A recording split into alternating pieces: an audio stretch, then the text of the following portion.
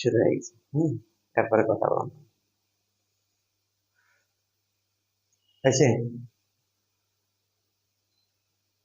সুপ্রিয় শিক্ষার্থী, আসসালামু আলাইকুম। আজকে আলোচনা করব তৃতীয় শ্রেণীর গণিত অধ্যায় 5। অধ্যায় 5-এর বই 58 পৃষ্ঠা 4 নম্বর অঙ্ক। গত ক্লাসে আমরা 3 নম্বর অঙ্ক আলোচনা করেছি, আজকে আলোচনা করব 4 নম্বর প্রশ্ন।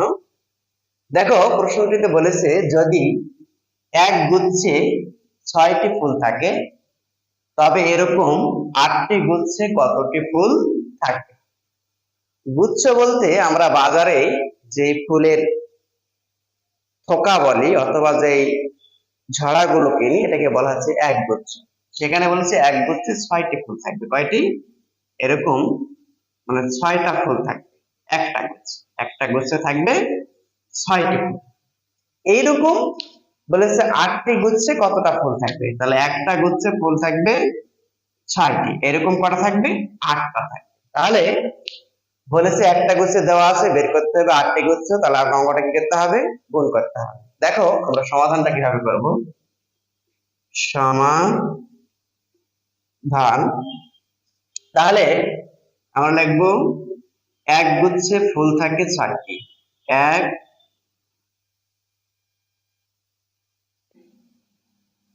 ফুল থাকে কয়টি?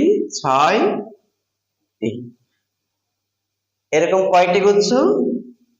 অতএব 8 গুচ্ছে ফুল থাকে। বরাবরে বলেছি যদি গুণের সময় এখানকার যে সংখ্যাটা থাকবে সেটা দেখবো আগে, আর যে সংখ্যাটাতে গুণ করব সেই সংখ্যাটি থাকবে পরে। তাহলে আমরা যদি এটা গুণ করি 6 আসতে কত? 48।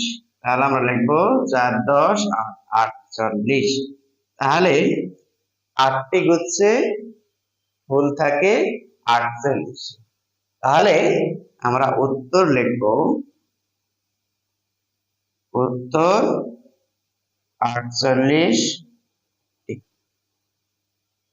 সুপ্রিয় শিক্ষার্থী, আজকে আর নয়, আবার দেখা হবে পরবর্তী ভিডিওতে। এই পর্যন্ত সবাই ভালো থাকো, সুস্থ থাকো। আর বরাবরের মতো বলছি, ভিডিওগুলো যদি তোমাদের ভালো লাগে তাহলে অবশ্যই লাইক, কমেন্ট এবং শেয়ার দিয়ে সাথেই থাকবে। আর যারা ইউটিউবে দেখছো অবশ্যই চ্যানেলটিকে সাবস্ক্রাইব করে বেল বাটনে একটা ক্লিক দিবে, তাহলে পরবর্তী ভিডিওগুলো তোমার নোটিফিকেশনে চলে যাবে। আল্লাহ হাফেজ।